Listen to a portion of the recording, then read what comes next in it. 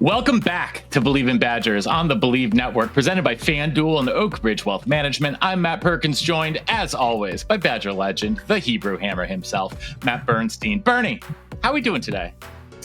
Matty Perkins, every day I see your face as a holiday.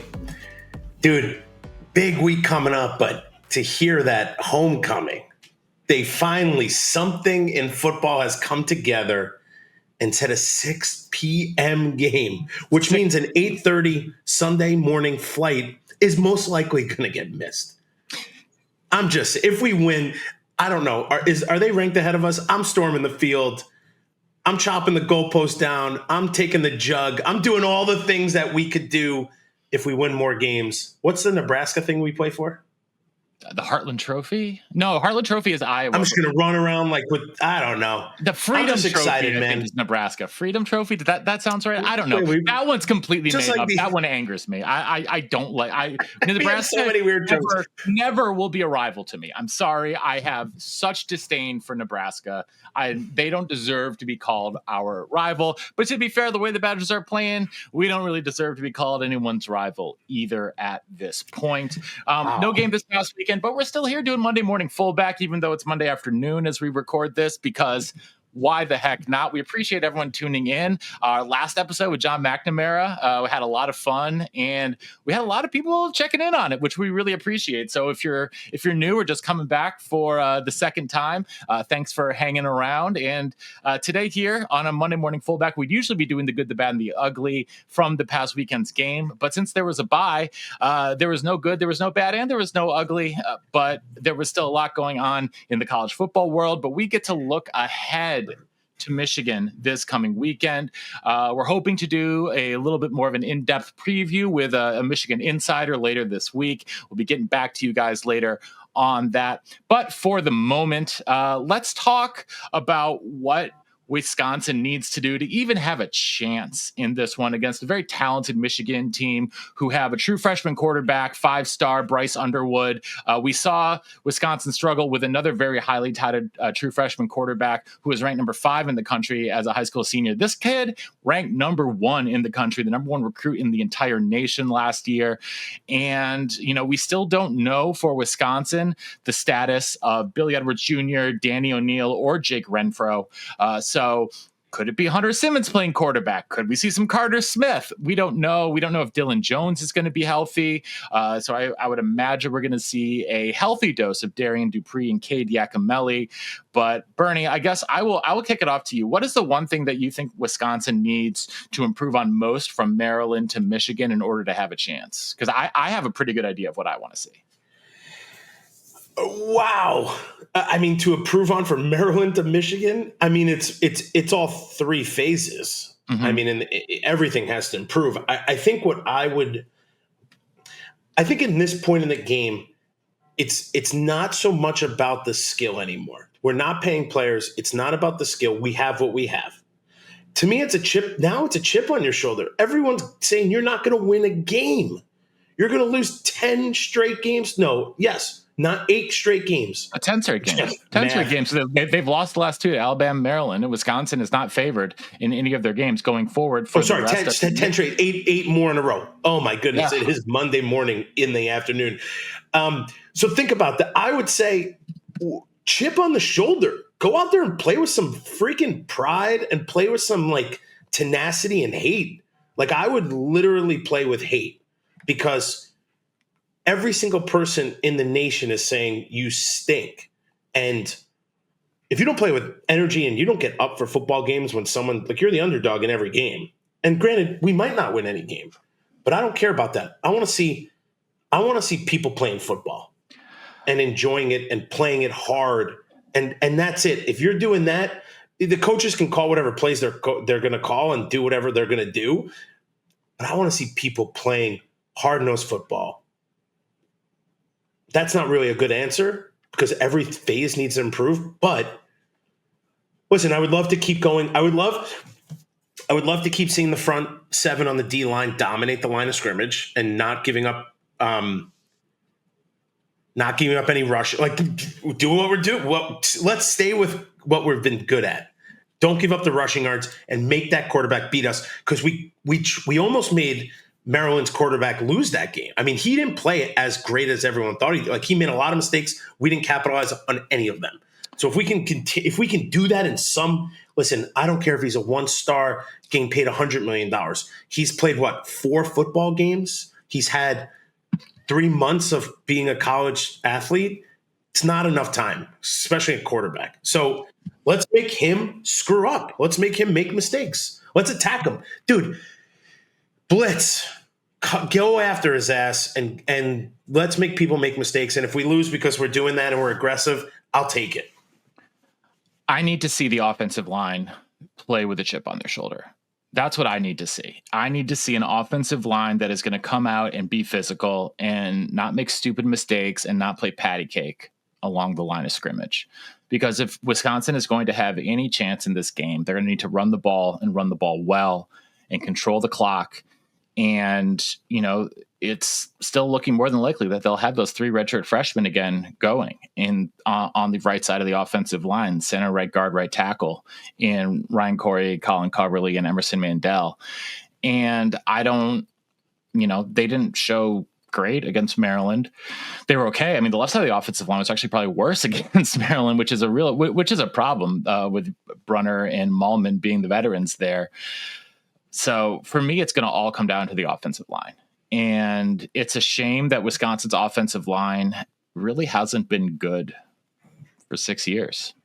I don't think you could say they've had a good unit since 2019. And that is pretty disappointing, quite frankly.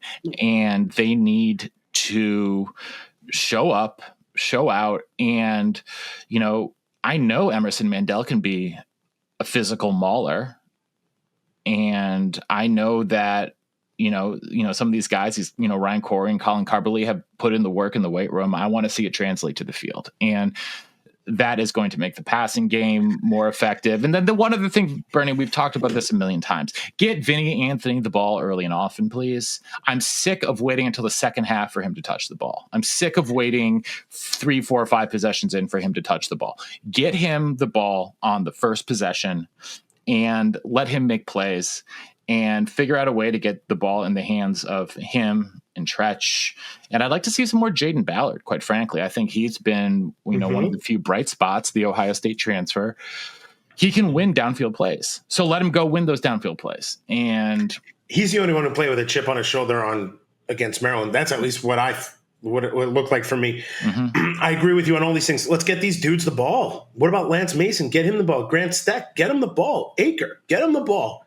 Let him touch it. Let him feel it. Let him have a little bit of, I can change the way that this game is going. Let him taste that. I didn't say the O-line because I'm nervous for the O-line. That's why I want to stay with my D-line front 7 because they have the chance to actually be successful, which is sad to me because I am not a defensive guy. Again, I think we have to attack. I think we have to play man defense, and I think we have to let the quarterback beat us because we sat back in zone coverage, got picked apart. In 2 games, the last 2 games, they got picked apart. Here's what I might be happy about the O-line. You have 2 weeks to prepare. You played the worst team you're going to see for the rest of the season. There is nothing you shouldn't be laser focused on now because it's either get your butt handed to you handily. See what I look at that? That was pretty good, right? I like that. Or compete. Like you are literally have 2 choices and it's get destroyed or compete. There is no fist fight of a game. At least I don't think moving forward. Because if you're going to come out and play like Maryland, there's no team they're going to run you over. And I think we can play better. I'm not saying we can win all the games. I'm not saying we can win 3 games. But what I'm saying is you can play better. I've seen it. There are flashes. We have, I think, a better offense. You just got to make it happen. We can't be cute. We're not a cute team. And honestly, yes, you're right. The O-line, to me, is the biggest group that needs to stand up. We had 2 weeks. You never know if Renfro's back. But, when he came back, it was still disjointed. The 2 weeks gives guys enough time to practice for a lot of time in the positions they might actually play. I'm tired of seeing rotations. Here's another thing about it, the bye. Not saying this happened or happens, but you can blow off a lot of steam on a bye weekend, right? So let's hope that these guys were able to get their butts kicked, in meetings, in practice last week, and go on the weekend and do things maybe they're not accustomed to, like taking an extra shot at a Jaeger bomb at 3 a.m. Are people still drinking Jaeger bombs? I don't know, because I mean that was when we were in college, but Jaeger bombs. But I don't know if people are still drinking Jaeger bombs. I don't know. Certainly am not. Do something crazy. I don't care what you do. Don't get in trouble, obviously, but I don't know, have a football party somewhere and everyone just get hammered and just enjoy each other, and then come back on Monday and say, nobody believes in us but us. But believe it. You got to believe it. You can see teams that don't believe it.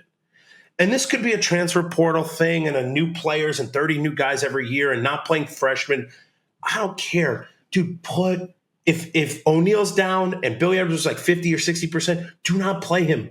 I don't know why he would want to go in. His knee's just going to keep getting hurt. It's so stupid. Put a young guy in. Let him compete. Because those guys are the guys who are going to try their hardest. Yeah, those are the guys who are going to want to go out there and show that they deserve to be on the field, right? And, could we see Carter Smith, the true freshman quarterback? I don't know. But when our friends over at FanDuel wasn't he going to go to Michigan? He was originally committed to Michigan and then decommitted when their offensive coordinator. There's some there's ties to being mad, and so that makes me happy.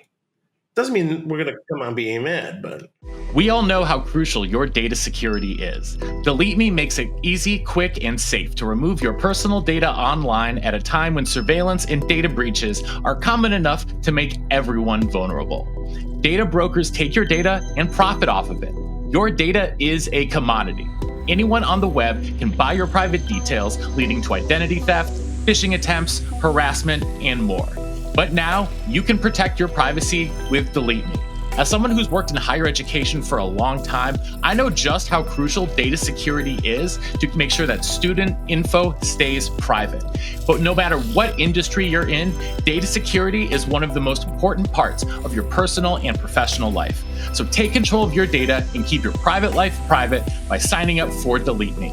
Now at a special discount to our listeners here on Believe in Badgers. Today, get 20% off your Delete Me plan by texting PRO, that's PRO, to 64000. The only way to get 20% off is by texting PRO to 64000. That's PRO to 64000. Message and data rates may apply. Hey folks, before we continue, I want to remind everyone tuning in that we continue to be proudly presented by Chris Anicetti and his entire team over at Oak Bridge Wealth Management.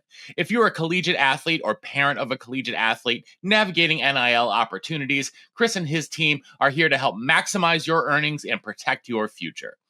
We all know that athletes train hard to be the best on the field, but who's making sure they're winning off the field? Chris Anicetti and his entire team at Oak Bridge Wealth Management. That's who. They don't just manage your money. They handle your entire financial world. From building a rock-solid financial plan tailored for athletes to paying bills, budgeting, setting up LLCs, and securing financing for cars, equipment, and whatever else you need so that you can focus on your game. Your career is short. Make every dollar count. Oak Bridge Wealth Management, where athletes build lasting wealth. Get in touch with Chris on Instagram at oakbridgewm_Anicetti. That's oakbridgewm_ANICETE, or head on over to their website at oakbridgewealthmgmt.com. Chris Anicetti, Oak Bridge Wealth Management, they've been helping a lot of NCAA athletes and professional athletes get their money right. There's no one else better for this around that you are going to find. So make sure to get in touch with Chris and support the people who support us. All right, we're going to hop back into the show. Our friends over at FanDuel have Michigan as a 16.5-point favorite, and that feels about right. They're ranked number 20 in the country right now. Wisconsin is down, having lost 2 straight, including getting, effectively. That sounds about right. Yeah. 16.5. Yeah. What are you taking? I mean, we're here on Believe in Badgers because we believe in the Badgers. I believe in them, but 16 and a half seems light to me. I mean, sadly. Wisconsin hasn't covered yet this year. Wisconsin's 0-4 against the spread this year.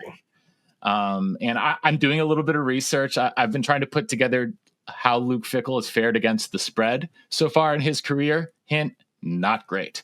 I'll have a little bit more of that for you guys later this week. I'm doing a little spreadsheet magic, trying to, but I am concerned because we know Michigan has a good defense. They're always a super physical team, and they have a super talented freshman quarterback. Yes, he's a true freshman, but he is one of the most ballyhooed high school quarterback prospects in a while.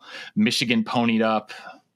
I mean, we've heard numbers everywhere from north of $7.5 million to $10.5 million for him coming out of high school. And he's looked the part for the most part. Yeah, he's had a couple of maybe not like perfect games, but I mean, he's gone and he's played Oklahoma, at Oklahoma. And, you know, he's already tested. The game is at Michigan, at the Big House. Fox Big Noon kickoff is going to be there for the game. You know, we all know Dave Portnoy is going to be there to try to get the crowd riled up, but you know, as you know, Bernie, the Big House, you played at the Big House. It's a giant stadium, but it's actually not that loud as far as stadiums go. I think there are actually much louder venues in the Big Ten, Camp Randall being one of them. I think Kinnick Stadium is much louder. I think the Horseshoe, the shoe at Ohio State is louder. I think Penn State is louder.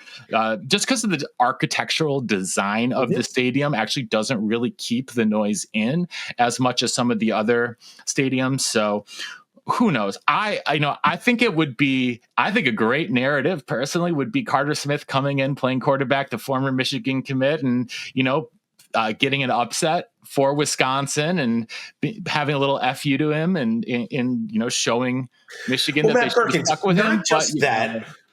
Not just that. We can get into like what it means to go play at Michigan in a little bit, but not just that, dude. We are struggling to find dudes who are going to stick with it. And I think I have to believe a little bit that if you start playing guys as freshmen, I don't know if they're so just going to bounce. Well, Xavier Lucas did. Okay, I'm saying that there are people, but like you still, what do you have to recruit your guys every day? Mm-hmm. But we're going round robin in the transfer portal for a QB. Why don't we try to have somebody that we develop, but let him play? Look at Brooks Bollinger. He wasn't that good as a freshman. He wasn't bad. He was good, but he wasn't great. And then by his senior year, he is the dude. Like that people will go to the bar and fist fight other people for and get arrested for. Like you'd step in front of that guy to take a bullet, right? That's the guy we need. We need that guy, right? So can Carter Smith be that guy? I don't know, but you got to give him an opportunity. We're not winning with the guys we have. I don't want to put him out there and let him get killed like all the Jets consistently do. But I want to have a guy who's successful that we can win with. Maryland's doing it. Michigan has a freshman, but they gave him a ton of money. He's probably an NFL guy. But, I mean, look at Maryland. They did it with 9 freshman guys. And those guys played hard football. They didn't care. Chip on their shoulder. Everyone's telling them they suck. I want to play a freshman, man. I want to play somebody who might stick around. I think Mason Posa, the freshman linebacker, has acquitted himself really well in the past couple games, and he's someone I expect to see more snaps from. I want to see more Eugene Hilton Jr. As well. I think he's someone who has all the talent in the world as a freshman and could be a real contributor at wide receiver. So, you know, you look at those two guys for me are the freshmen that I want to see on the field more. And Nick Clayton is probably the other one, the outside linebacker. But, you know, going through, you know, some of the PFF grades for the Badgers through the first, you know, third of the season or so, a couple of the freshmen have played well, but I was actually surprised looking at it how well Darrell Peterson has played. Darrell Peterson is graded out as the top defender on Wisconsin and one of the top outside linebackers in the Big Ten. I want to see him continue to do well. I want to see Mason Reiger continue to be disruptive. And I think that the only way that Wisconsin's gonna be able to stick with Michigan in this one is, like you said, Bernie, have to keep that run defense up, and then they need to get a pass rush, because I don't trust the defensive backs. Preston Zachman is going to be out again at safety. He's been ruled out for this game. And so, the defensive backfield, which I thought coming into the season was going to be the strength of the defense, is now the weakness. And so if it's going to be the weakness, then you have to compensate with that, with a better pass rush, with a dominant defensive line. And I think the interior of that defensive line has done really, really well. The transfers there have worked, right? JVR Suggs, most notably from LSU, but Parker Peterson has really come on strong lately. Brandon Lane, who was a transfer last year, didn't see a ton of playing time, but has stepped up in a big way. I've been so impressed with his growth, from year 1 to year 2 in the Wisconsin program after coming over from Stephen F. Austin. And then, Ben Barton continues to be sort of just the rock in the middle who, may not make all the huge plays, but he's also not making mistakes either. So going along with that, Bernie, the other thing, we've seen them get the tight ends involved more on the offense. And I want to see, going along with, like I said, like the improvement on the offensive line. Bernie, you've been calling for this forever. I want to see Jackson Aker carry the ball a little bit more. I want to see them just pound. 3rd and 1, fullback dive. 4th and 1, fullback dive. I want to see that actually happen. They had opportunities to do that against Maryland, and they didn't, and it backfired. And if you need to get 1 yard, give me the dude that's whatever he is, 250, 260, and has experience as a running back, and is just going to push that pile forward. He's been blocked. Not in the shotgun. No, going to center or going to pistol at least, and just let him run downhill, because he is a hard dude to tackle when he gets ahead of steam. So I'm hoping that we see that more coming this week. Listen, you got to give us the best possible chance. Staying on the field is huge. Eating the clock up is a big deal, right? Don't give them back. I like to keep young quarterbacks cold, but attack them, ruffle them, mix up what's going to happen. It's like I said 2 weeks. Free safeties are down in the A gap. Like, make it look so nuts. Yeah, I would love if they came out first play and we see double mug. We got both middle backers right there in the A gap. They don't both have to come. They can drop back, but just make it confusing for him. Give them right. Make it confusing and throw looks out there that you haven't put on tape yet. I hope that with 2 weeks to prepare for Michigan, they are able to install a lot of new stuff that Michigan hasn't seen on tape. So they will have to react in the moment and not just be playing, basic cover 2 shell or whatever it is that they have been playing for a lot of the year. Right. I think, in my mind, we're 1 free at most and we're attacking. Dude, guys, coach, dude, just get to that guy and get him ruffled, and then to have him sit down cold. And then he has no chance of being good in a game. Like, if you're not out there staying warm, you get no rhythm. The momentum's on us. And also, if you just sit back and we just play zone and get picked apart, why do that? What a waste of time.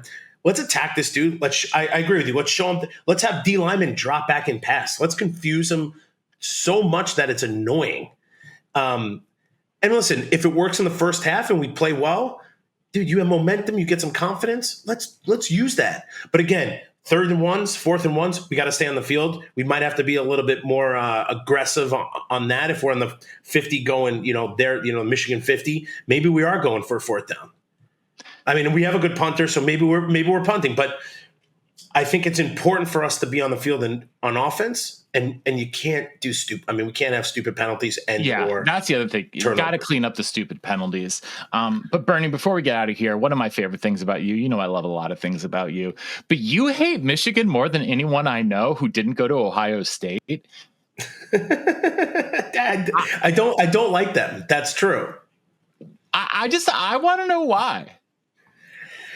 Well, that's a good question. I think everyone from Michigan, I'm going to get in trouble here, but that's what we're here to do. I think that Michigan people think they're better than everybody else. They think they're better than Ohio State, although they lose a lot. And Mia Granton, they've won in the last couple of years, but like Ohio State's winning national championships. I mean, Michigan won the title 2 years ago, to be fair. Yeah, they did. But Ohio State has more. I would have, maybe not overall, but they've been winning much more during my lifetime. Mm-hmm. They think they're better in everything. Professional business. They have more money. Their school. First off, this is mostly the reason, though. But like, how dare you think Ann Arbor is better than Madison? Like, are you out of your freaking mind? That place is a dumpster. You're not wrong. Have a Subway in their. They have a Subway in their union. Now, I love Subway, so I'm not hating on Subway. But you couldn't find something better? Like a brat stand? I don't know. Like, really? Subway? So I don't know if that's still there. This is a long time ago. But I just, there's just nothing that makes me happy about Ann Arbor. You go there, the fans treat you like trash. You can't sit like I've been asked to move my seat when I bought it legally from somebody outside the stadium illegally. But like people not moving over so you can sit down. There's all these like things that have added up. But you think you're better than us? You don't treat us well? I don't know, man. I just want to scare these guys to death. And I think if you play like your hair's on fire and if you play 1,000 miles per hour and you make a couple mistakes, I'll let it go because it's better than playing at 50 miles per hour. Yeah, it's better than playing tentatively. But yeah, man, that's not what Michigan, kiss my butt. I think that's a perfect place to end it here today. Michigan, enjoy the taste of my rear end. Now we may regret saying that here in a couple days, but who knows? That's I'll never regret it. They play the game. I'll never regret it. I don't care if Michigan hears this and puts up 100 on us, which they're not going to. But you know what? Still, you're not better than us. You got obviously more money than us. Or at least in the NIL. So you guys are spending it on a quarterback. Good for you. Mm-hmm. So this Ann Arbor. Come with that. Also, dude, the chants in the stadium is one chant. It's just go blue. It's like they have one thing. They've never done anything else. They try to do other things, but it's not cool. And they can't do it because they have no culture. And then the colors are disgusting. And Dave Portnoy went there and he talked. So annoying. Dude, your pizza ratings are trash. All pizza's delicious. Dude, come on. You're a fat guy. You know it. Oh yeah, absolutely. I had a new, I went to a new pizza place in Nashville this past weekend with one of my buddies. Amazing. Do you know why? Because it's pizza. It's pizza. Freaking delicious. $2 tombstones from the open pantry back in the day. You get 10 for $10. Dude, they were delicious. You burnt them. They were delicious. Like it's pizza. My rating for them, they're all over 9s. I have never had pizza that's under a 9 unless it's frozen. So I've had 20-hour-old pizza when you leave it out and you eat it the next day, and it's guess what? It's delicious. All right. It's perfect. Listen, I can rant all day about Michigan, how much I dislike them and everything I dislike. Well, we are on the same page there, Bernie, and we hope that all of the people here tuning in to Believe in Badgers on the Believe Network, presented by FanDuel and Oak Ridge Wealth Management, are on the same page with us. We'll be back again later this week, but we appreciate everyone tuning in, and until next time, on Wisconsin. On Wisconsin.